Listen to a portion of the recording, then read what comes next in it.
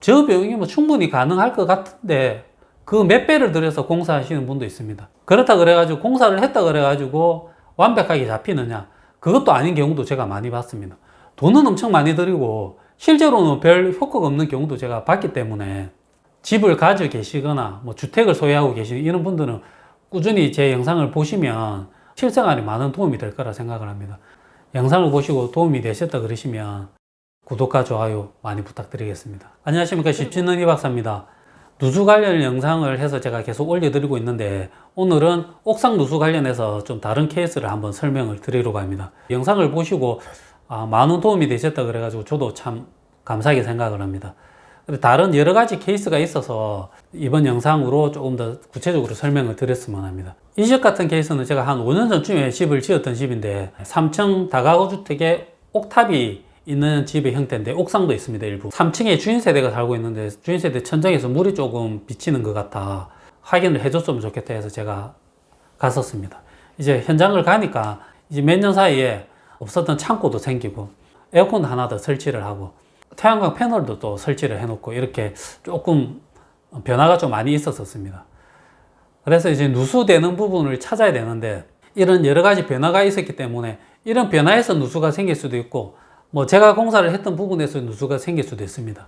그래서 경우의 수가 상당히 많이 늘어난 케이스였습니다. 계속 말씀드리지만 의심은 되지만 작은 부분부터 하나하나 찾아가야 되는 겁니다. 첫 번째 의심되는 거는 창고를 설치할 때 고정을 해야 되지 않습니까? 앙카 작업을 해서 그 부분이 누수가 되지 않았냐. 실제로 에어컨 배관에서도 많이 누수가 됩니다. 에어컨 구멍을 뚫어서 배관을 설치할 때 이 배관이 이렇게 구배를 잡아줘 가지고 위에서 물이 타고 들어가서 그 물 안으로 물이 들어가는 경우도 있습니다. 이런 경우 태양광 패널을 설치할 때 기둥에 앙카를 설치하지 않습니까? 앙카를 설치하고 그 주변을 시멘트로 마감을 하는데 그런 부분으로 물이 빨려 들어가지 않았냐. 이런 여러 가지 경우의 수가 있습니다. 또 그리고 제가 했던 공사 중에 옥상 난간 베이스를 설치할 때 앙카 작업을 다 하지 않습니까? 그 부분으로 미세하게 물이 들어가지 않았을까? 또 난간에 옥상 두곱이 있는데 두곱 틈으로 해서 물이 들어가지 않았느냐? 또 저번에 말씀드린 대로 타일이나 이 모서리 부분에서 물이 들어가지 않았을까? 또 배수구 주변으로 해서 물이 타고 들어가지 않았을까? 옥상 부분하고 옥탑이 또 건물이 있지 않습니까? 바닥이 있고 옥탑 벽면, 그 벽면으로 해서 물이 들어가지 않았을까? 이 여러 가지 다 경우의 수를 생각을 해야 되니까 참 복잡했었습니다. 그래서 하나하나 해결을 해 나가야 되는데 제가 저번 영상에도 말씀드렸듯이 최고 간단하고 비용이 작게 드는 부분부터 하나하나 찾아 나가야 됩니다. 찾아 나가는 시간이 길어져서 그렇지 최소의 비용으로 할 수 있는 방법입니다. 무작정 옥상 바닥을 다 드러내서 해버리면 그 공사는 몇백만 원 가지고도 부족합니다. 그래서 제가 제일 처음으로 한 건 에어컨 배관을 구배를 다시 잡고 그 주변의 실리콘을 다 밀실하게 처리를 합니다. 그리고 창고를 만들어 놓은 부분, 바닥 부분에 그 틈새에 이제 실리콘 처리를 하나도 안 돼 있어서 그 실리콘 다 처리를 하고 모서리가 있는 부분도 다 마감을 지었습니다. 혹시나 그 틈새로 물이 들어갈 수 있으니까 들어갈 경우에 있어서는 다 실리콘 처리를 했습니다. 그리고 태양광 파넬 기둥 부분에 이제 시멘트로 다 처리를 했는데 그 부분도 전부 다 실리콘을 처리해서 물이 안 빨려 들어가게 그 틈새를 다 실리콘을 다 처리했습니다. 또 기둥에도 구멍이 조금 있더라고요. 그 구멍도 일일이 다 막았습니다. 그 틈새로서 물이 들어가서 안으로 들어갈 수도 있으니까 그런 부분도 다 처리를 하고 또 제가 말씀드린 대로 난간 있는 부분도 의심이 되는 거니까 난간 있는 그 밑에 베이스 부분 기둥 있는 자리에도 다 실리콘을 처리하고 구멍도 다 막 메꿨습니다. 그리고 또 바닥에 타일 바닥하고 이제 벽 타일 부분 모서리와 그 틈새 제가 다시 또 실리콘을 다 칠했습니다. 그렇게 다 칠하면 경우의 수가 어느 정도 많이 줄어들었지 않습니까? 그래서 제가 조금 이대로 좀 사용을 해 보시라고 그래서 어느 정도 사용을 했는데 연락이 없었습니다. 그래서 어느 정도 처리가 됐겠구나 이렇게 싶었었는데 한 몇 달이 지나고 이렇게 해서 또 다시 연락이 왔습니다. 다시 물이 비치는 것 같다. 이 부분에서 문제가 생긴 건 아니라 어느 정도 정리가 된 겁니다. 그러면 이제 더 비용이 발생할 수 있는 더 복잡한 문제를 찾아 나가는 겁니다. 사진에 보여드리는 것처럼 배수구 구멍을 테이프로 다 막았습니다. 막고 옥상에 물을 다 채웠습니다. 옥상에 물을 채워가지고 제가 말씀드렸습니다. 한 하루만 정도 좀 지켜보자. 하루 뒤에 연락이 왔습니다. 물이 조금 비치는 것 같다. 그러면 이제 확실해졌습니다. 바닥을 다 드러내는 게 아니라 제가 이 부분을 다 뜯어낸 겁니다. 지금 사진에 보여주시면 이 지금 자세히는 안 보이는데 보면 이 부분을 철거를 했습니다. 이게 어떤 부분이냐면 잘 이해가 되실지 모르겠는데 이게 3층 집입니다. 이렇게 콘크리트를 이렇게 칩니다. 이 바닥이 옥상입니다. 이렇게 옥상이고 난간을 저희가 설치를 합니다. 대부분. 그리고 저희가 다락을 공사할 때 이 부분 먼저 콘크리트를 치고 그 다음에 이렇게 달아서 내서 다락을 치게 되어 있습니다. 근데 제가 의심했던 부분은 이 부분이었습니다. 이 부분. 이 모서리였습니다. 여기에 저희도 방수를 다 합니다. 2, 3차까지 합니다. 액체 방수를 하고. 이 조인트 모서리 부분은 또 다시 방수를 3차 우레탄에 이렇게 방수를 합니다. 하고 하는데도 조금 문제가 있었던 것입니다. 이 부분을 이렇게 제가 상사에게 좀 그렸습니다.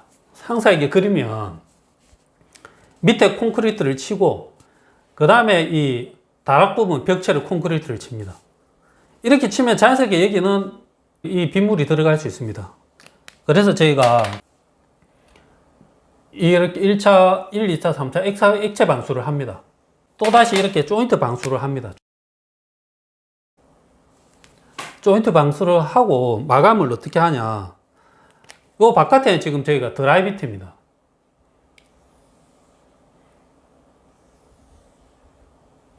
드라이비트가 이렇게 드라이비트 마감을 했습니다.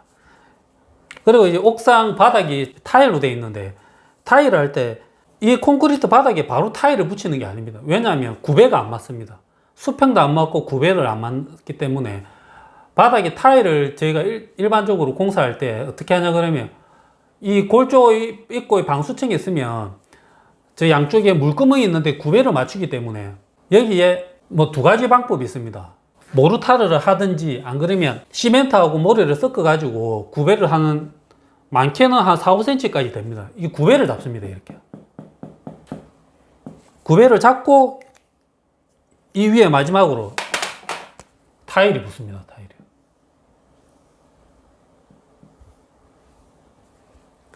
타일이 붙는데 지금 저희 같은 경우는 제가 의심했던 문제가 뭐냐 그러면 스티로폼을 제거를 하면 이렇게 스티로폼을 제거하면 이 집은 자연스럽게 U자처럼 물골이 생겨 있습니다. 여기는 타일이 이 두께만큼 타일이 있고 여기에서 물이 고이는 겁니다.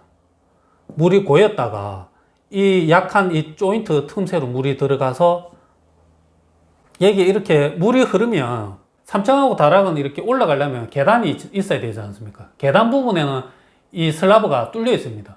그러니까 이 물이 타고 갔다가 이 계단 사이에 있는 부분으로 물이 떨어지는 것입니다. 그래서 이 부분이 취약하기 때문에 이 부분 다시 방수를 해야 되는 문제가 있습니다. 그래서 제 사진에 보시면 이 스티로폼을 일부 뜯어내고 이 보시면 이 스티로폼을 한 이만큼 뜯어냈습니다. 이만큼 다 뜯어낸 다음에 요 안에 부분을 다시 방수를 다 했습니다. 요 벽면 요 위에까지 다 방수를 했습니다. 말려가지고 다시 물을 채웠습니다. 이만큼. 그래서 집주인 보고 제가 확인을 좀 해달라고 부탁을 했습니다. 혹시 물이 새냐고. 물이 안 샌다 했습니다. 한 달 정도 놔뒀습니다. 계속 비가 오면 자연스럽게 물이 고이고 다 했었습니다. 근데 결론은 괜찮다 했습니다. 그래서 이제 이 부분을 마무리를 했는데 어떻게 하냐. 제가 말씀드린 대로 이 틈새를 이제 방수를 하고 이 공간만큼을 액체 방수액을 섞어서 다 채워 넣었습니다. 다 채워 넣고 이제 작업자한테 이야기를 해서 요렇게 채워 넣으라 했습니다. 그러면 혹시나 빗물이 제가 다른 영상에도 말씀드렸는데 이 드라이비트는 100% 방수가 되지 않습니다. 비가 이렇게 세게 치면 이 틈새 안으로 들어갈 수 있습니다. 그래서 이 드라이비트도 믿을 게 안 되기 때문에 이렇게 미장을 해서 드라이비트는 마감을 이렇게 했습니다. 이렇게 하고 난 이후부터는 아무 문제가 없었습니다. 다락하고 옥상 연결되는 부분만 공사를 다 했습니다.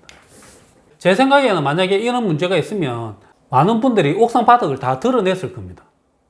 옥상 바닥을 다 드러내고 다시 방수를 해서 타일을 깔거나 안 그러면 비용적으로 문제가 된다 그러면 아예 그냥 이 타일이 있는 상태에서 위에 우레탄이나 이렇게 처리를 많이 하실 겁니다. 그러시면 이렇게 다 공사할 필요 없이 이 집도 마찬가지입니다. 제가 이제 지었던 집이니까 이런 작업했던 공정이나 이런 거 다 알고 있기 때문에 조금 수월하지, 이 집을 짓지 않은 사람이 와서 무턱대고 손을 대면 상당히 찾기 어려울 겁니다. 그래서 예를 들어서 뭐 한 30년 된 집을 공사를 보수를 한다든지 이렇게 하면 30년 전에 집을 어떻게 지었는지 알 수가 없습니다. 다 똑같이 짓는다고 생각을 하지만 리모델링을 하거나 이렇게 공사를 해가지고 집을 한번 뜯어보면 옛날 분들이 정말 기술이 좋은 분이 많습니다. 어떻게 집을 이렇게 지었지 할 정도로, 신기할 정도로 집을 지어놓은 집들이 많이 있습니다. 그래서 그런 집들은 안에 뜯어보지 않은 이상은 확인을 할 수가 없기 때문에 난해한 부분이 많이 있습니다. 설명을 드리냐 그러면 이런 공사는 집주인이 직접 하실 수가 없습니다. 다 작업자를 불러야 되는데 제가 말씀드렸던 그런 시리콘 가지고 튼튼하게만 잘 마무리만 지어 나오면 되니까, 예를 들어서 그런 부분을 처리해 놨다 그러면 나중에 전문가가 와서 확인하고 하는 시간을 제 생각에 많이 줄일 수 있다고 생각합니다. 어떻게 보면 제 영상이 좀 어려울 수도 있습니다. 직접 만나서 설명을 드리고 하면 훨씬 더 전달이 잘 될 수 있는데, 제가 이렇게라도 영상이 많이 올리는 이유는 제가 계속 말씀드리지만 건축주가 알아야 됩니다. 집주인이 알아야 되고, 어떻게 작업을 하는지 진행 상태나 진행 과정이나 다 알아야지 평생 남의 손에 다 맡길 수는 없지 않습니까? 어느 순간 자기가 어느 정도 관리를 해야 되는데, 자기 재산인데, 그리고 또 보면 저 비용이면 충분히 가능할 것 같은데 그 몇 배를 들여서 공사하시는 분도 있습니다. 그렇다 그래가지고 공사를 했다 그래가지고 완벽하게 잡히느냐, 그것도 아닌 경우도 제가 많이 봤습니다. 돈은 엄청 많이 들이고 실제로는 별 효과가 없는 경우도 제가 봤기 때문에, 이런 영상을 보시고 이런 내용을 알고 계시면 경우의 수를 많이 줄일 수 있으니까 좀 도움이 될 거라고 생각을 합니다. 집을 가지고 계시거나 뭐 주택을 소유하고 계시는 이런 분들은 꾸준히 제 영상을 보시면 실생활에 많은 도움이 될 거라 생각을 합니다. 영상을 보시고 도움이 되셨다 그러시면 구독과 좋아요 많이 부탁드리겠습니다.